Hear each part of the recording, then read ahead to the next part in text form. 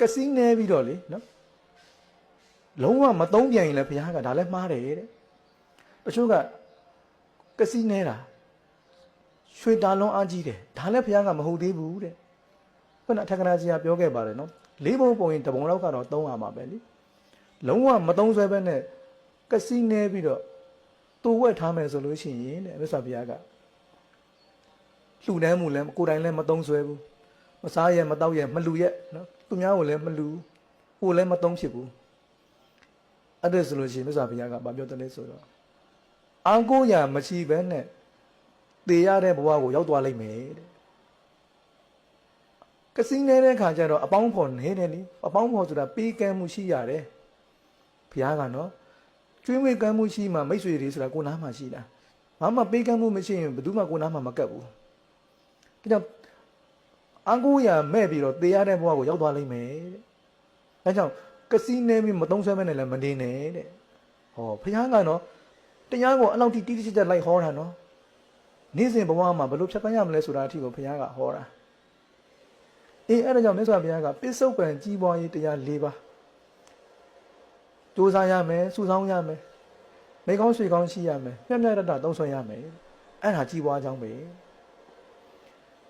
ဘုရားကဂျားပြပြထက်ဟောတယ်ပျက်စီးကြောင်းတရား၄ပါးထက်ဟောသေးတယ်ပြောမယ်တဲ့နော်ဘုရားကပျက်စီးကြောင်းတရားတွေရှိသေးတယ်အဋ္ဌိဒုဒ္ဒလို့ခေါ်တယ်မိမလိုက်စားတာအပျော်ပါလိုက်စားတာနော်စီးပွားတော့ခြာပါရဲ့ပြီးရင်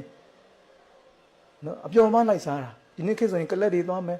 KTV တွေသွားမယ်မိမတွေနဲ့ပျော်ပါမယ်ကိုယ်အိမ်မှာမိသားစုအပြင်နောက်တဲ့အပြင်မှာမိမထတ်ချအောင်မယ်အဲ့ဒါပျက်စီးကြောင်းပဲတဲ့မြတ်စွာဘုရားကနော်အဋ္ဌိဒုဒ္ဒလို့ခေါ်တယ်မိမလိုက်စားလို့ရှိရင်ပျက်စီးတာပဲနံပါတ်1ကသုရာဒုဒ္ဒတဲ့အချိန်ရှိတဲ့မူးယူနေမယ်ဆိုရင်လည်းပျက်စီးတာပဲတဲ့သုရာဒုဒ္ဒတကယ်ရစ်ထုတ်ပဲနော်အဲ့တော့နေ့စဉ်အရက်နဲ့အချိန်တွေကုန်နေတဲ့ပုဂ္ဂိုလ်ဟာလည်းပျက်စီးတာပဲနောက်တစ်ခါအခါဒုဒ္ဒလို့ခေါ်တယ်အခါဒုဒ္ဒဆိုတာဘယ်လိုလောင်းကစားဝါသနာပါတဲ့ပုဂ္ဂိုလ်တွေသတိပြုရမယ်နော်လောင်းကစားတွေလုံနေရင်လည်းဒါပျက်စီးကြောင်းပဲတဲ့နော်လောင်းကစားတွေလုံနေတာဟာလည်းပျက်စီးကြောင်းပဲနောက်နံပါတ်၄ကတော့မကောင်းတဲ့မိတ်ဆွေရှိတာဟာလည်းပျက်စီးကြောင်းနော်ဥစ္စာလို့ဒုတာနာသောဇလန်းတွေဆိုလို့ရှိရင်အဲ့သဘောတွေပါတယ်လေမိတ်ဆွေမကောင်းလို့တထေးသားတွေမူးယူပြီးတော့ငရဲရောက်သွားတာပဲလေမိတ်ဆွေကောင်းရှိမယ်ဆိုလို့ရှိရင်မိတ်ဆွေကောင်းတွေကတားမှာပဲဒါမလုပ်သင့်ဘူးဒီလိုမပြောသင့်ဘူးလမ်းညွှန်ပေးမှာပဲမိတ်ဆွေကောင်းမရှိတဲ့အခါကျတော့နော်ရှိတဲ့စီးစဉ်ဥစ္စာတွေကိုဖြုံးတီးပြီးအပယ်ကြတာပဲလေဒါကြောင့်မြတ်စွာဘုရားကနော်ပစ္စည်းကြောင့်တရား၄ပါးထပ်ဟောတာနော်အဲ့ဒီတော့မိမလိုက်စားရင်ပျက်စီးမယ်နေ့စဉ်အရက်တောင်းနေပျက်စီးမှာပဲ